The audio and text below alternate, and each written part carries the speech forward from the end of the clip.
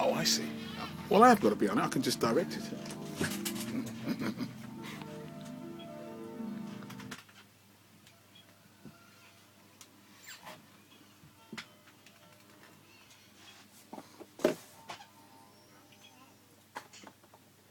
Once again, I want to say good afternoon. The time right now is 25 minutes of 4 o'clock, and you're here at New Star Radio 98.7. And the number to dial is 0121 678 6666. And we're broadcasting from the ACMC, New Star Radio 98.7, 339 Dudley Road, Winson Green, Birmingham B18.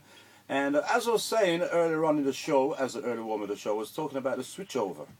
And a lot of elders out there right now, they really do not understand when we're talking about the switchover.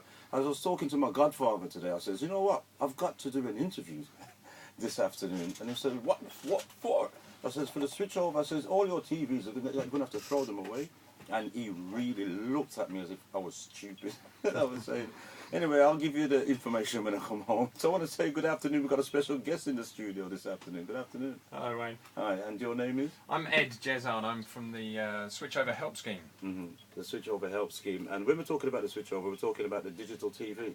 That's right. So across the Midlands next year, the analogue TV signal that we've all been enjoying for the last 50 or 60 years is going to be switched off for good. And that's going to be replaced by digital TV. And it's important that people know they don't have to throw away their existing analogue TV set. All right. Almost any TV can be upgraded. We even found a 1937 Marconi TV set up in Scotland. And it's simply a case for most TVs you can buy a set-top box, plug that into your TV, and that means you're watching digital television. Okay, so just a little simple box that you plug into your TV and then everything will be okay. It's a digital set-top box. They're available from all good electrical retailers. In fact, you can pick them up in the supermarket these days from as little as £15. So if your TV's got an aerial socket or a SCART lead, you can buy one of these boxes, plug it into your TV, and that converts it to digital. Now, for most people, that's a pretty straightforward, simple procedure. But that is most people. Most people. What about those who are like 70 and going on to 80, and you know they're really stuck into their way of life, and even some people still got black and white TVs, believe it or not. Well, that's right. I mean, I've got grandparents who are in their 80s, and they've been watching the same TV for the last 30 years. They've never bought a video recorder. Using the toaster is about as technical as they like to get. That's true. And I know that they're going to struggle with digital switchover. And that's why the government has set up the Switchover Help Scheme. Right. And it's designed to provide a range of support services for those that need it most at switchover time. So we've really identified those that are going to struggle the most, and they're primarily people who are over 75 or people with certain disabilities. So the scheme is not open for everyone. There is certain eligibility criteria. Right. So you need to be over 75, or if you're in receipt of certain disability benefits. If you're registered blind or partially sighted, or living in a care home for 6 months or more, then you're eligible to get help through the Switchover Help Scheme. Now, will you have representatives that will be knocking on people's doors?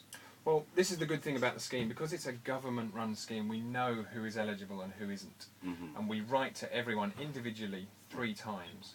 So people are starting to receive their packs as we speak. And the message is really to look out for these packs. If you are eligible, you will receive the information. When we're talking about the packs, are we talking about the actual digital pack, or are we talking about the information in the pack? So it's an information pack. So you get a booklet that explains all of the options for switchover. There's a letter that explains things clearly and simply. It explains what the scheme's all about and the help that we provide. And there's also an application form in there. So you do need to respond to get the help. You can fill in that application form that's in the pack, or you can call our helpline and sign up for the scheme over the phone, or you can nominate someone to apply on your behalf. So there's plenty of ways for you to access the scheme. Okay, now what I'd like to ask you, this is like a question, it's going to be like controversial. You know, the BBC TV license, right? Now you got a lot of people that are not paying their BBC TV license. Now the digital scheme, is that the way forward for everyone? Because obviously when you do get your pack, it will be registered, and it's all registered at a home address now. Is that a way forward where everyone now will be will have to pay their BBC license?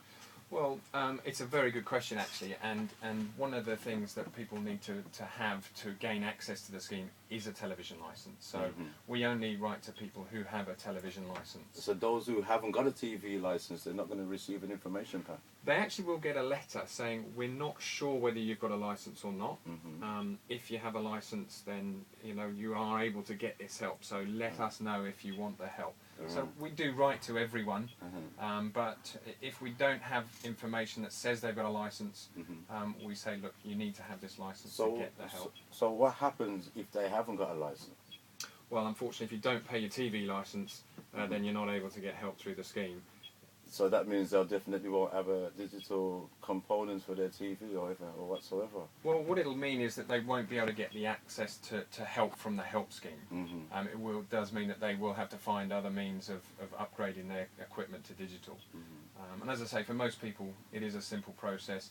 You can buy the set-top box in your local retailer.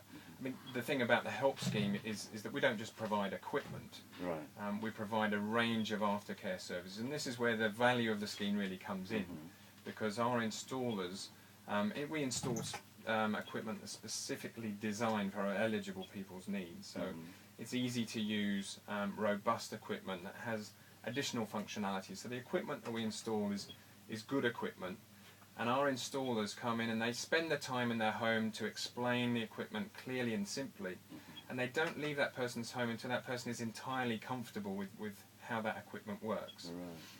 And we have a range of other support services as well, so people can call our helpline and get advice over the phone anytime they need it. But most importantly, we will come back to people's homes as many times as they need us to ensure that they're comfortable with their equipment and how it works. So it's that aftercare and that support that surrounds the scheme is where the value really comes in. What great benefit are they getting from a digital TV?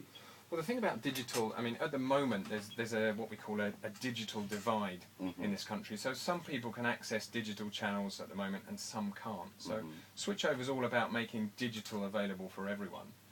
But what is exactly digital TV? Well, digital TV enables us to broadcast a lot more channels. So the first thing is choice. You get a lot more channels, and there's various different channels. There's hundreds of channels on the digital platform. But there's also additional services like your interactive and your HD as well. So there's enhanced services, more choice, better quality of picture, better sound, that kind of thing. Okay, because a lot of people are saying, oh gosh, I've got to go and buy a new TV, and you've just covered what I've asked you about if they're going to have to throw away their old TV, and obviously it says no, because they're going to get the information pack and they'll get their digital boxes. But so that has clarified quite a few questions that a lot of people out there really want to hear. Now, the way how the marketing, marketing and the media wants to sell their TVs, it goes, throw away your old and get in the new. And it's not really like that. But if you're talking about a digital TV and you want the best response from a digital TV, that is where you're going to probably have to change your analog TV to go for a HD TV. Is that right? Well, I mean, it's fair to say that people are using a switchover as a great excuse to go out and buy the big new flat screen TV they've always wanted.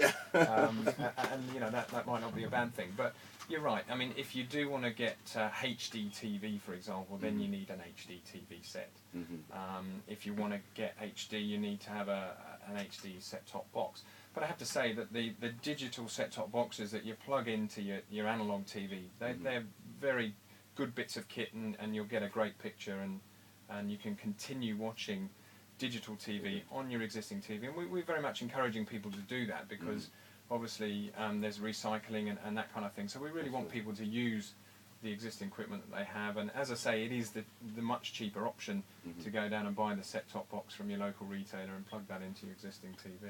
Okay, I hope that information does help everybody out there that's actually listening to us at New Star Radio 98.7, broadcasting from the ACMC, 339 Dudley Road, Winston Green, Birmingham, B184HB. And your name again? It's Ed Jezard. Ed Jezard, my name is Wayne Irie, and it's nice to have you here to let us know about the digital switchover here at New Star Radio 98.7. Thank you very much, okay? Thanks, Wayne. It's a pleasure.